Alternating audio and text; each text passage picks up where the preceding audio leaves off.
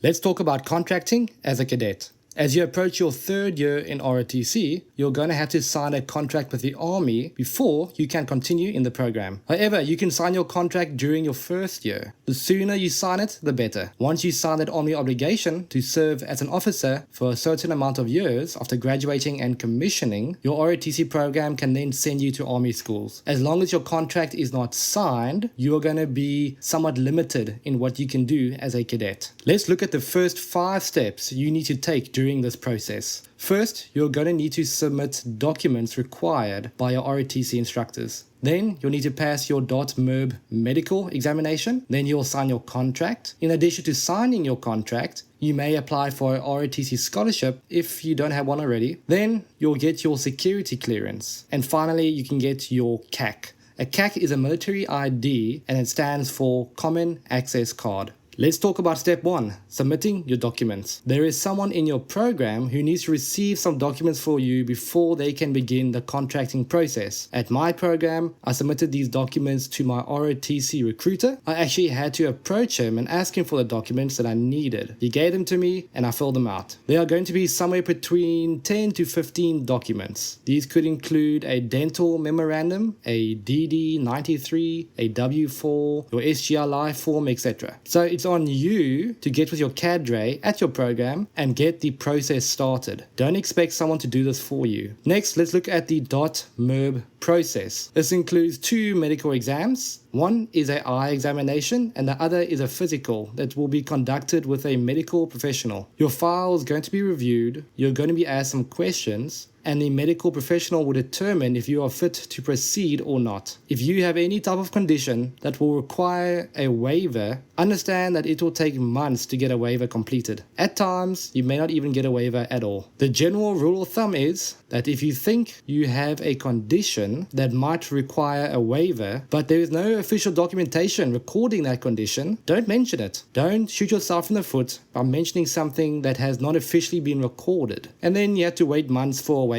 Alright, during this process, there are 2 websites you are going to use. The first one is DODMETS.com and the second one is DODMERB.TRICARE.OSD.mil. These are the 2 websites that you will use to track your progress and book appointments. If you can find the contact details of the person working your file, make sure to contact them directly and regularly and politely remind them about your case. These people have to work with a lot of cases. If you don't give them a little nudge every now and then, they might forget about you. I recommend that you guys have a look at these 2 videos. They were helpful for me when I first was learning about this whole medical process and how it worked. The biggest tip I have for you is not to procrastinate. Freshman year, first semester, start the process. It will probably take longer than you think. You don't want to be the person who cannot progress into your third year because you're still waiting for some paperwork to come through. Now, let's move to step 3, signing your contract. You will meet with one of your program instructors. He will give you a contract. You will read it and you will sign it. Understand that the contract you sign is going to come with a certain service obligation, and this service does not begin until you commission as an officer at the end of your 4th year. Spending 4 years in ROTC will not contribute to your time in service for retirement. That time in service only begins after you get your orders, sometime after commissioning. Right after this, you can sign for a ROTC scholarship. Now, these are not always available and there are certain requirements you have to meet, but if you meet those requirements and one is available, you may as well take it. The scholarship will pay for one of 2 things. Either it will cover your entire tuition and fees bill, or it will pay out a fixed amount of money to you that will help cover your room and board expenses. This will usually be around $5,000 to $6,000. You will also get a few $100s to pay for school books. The school book money will be received regardless of which scholarship option you pick. Also, every semester, you will get the chance to either keep or change your scholarship between the room and board and tuition option. When applying for the scholarship every semester, you will do so on the Army Ignited website. Next, let's talk about the security clearance. For me, I approached my HR person at the program and asked for guidance. Most likely, you will go to a Army recruiting office and get some fingerprints taken. That is also where you really begin the process. Again, make sure you stay on top of this. There's a certain deadline you have to meet and get everything done. Don't be late. You will only have a few days to complete this task. Lastly, it's time to get your CAC. This is your military ID and it is required for just about everything you do in the Army. Go to the HR person at your program and tell him or her that you want to get your CAC. That individual will then create for you a POI or a person of interest profile for you on a website called IPPS-A. This IPPS-A website is important. All your HR related info will be on that site. Once the POI has been completed, you will visit DEERS. This is a building on an Army base. It is spelled DEERS. You will go there, you will make an appointment, you will meet with someone. That individual will speak with you, have you sign some papers, and give you your CAC.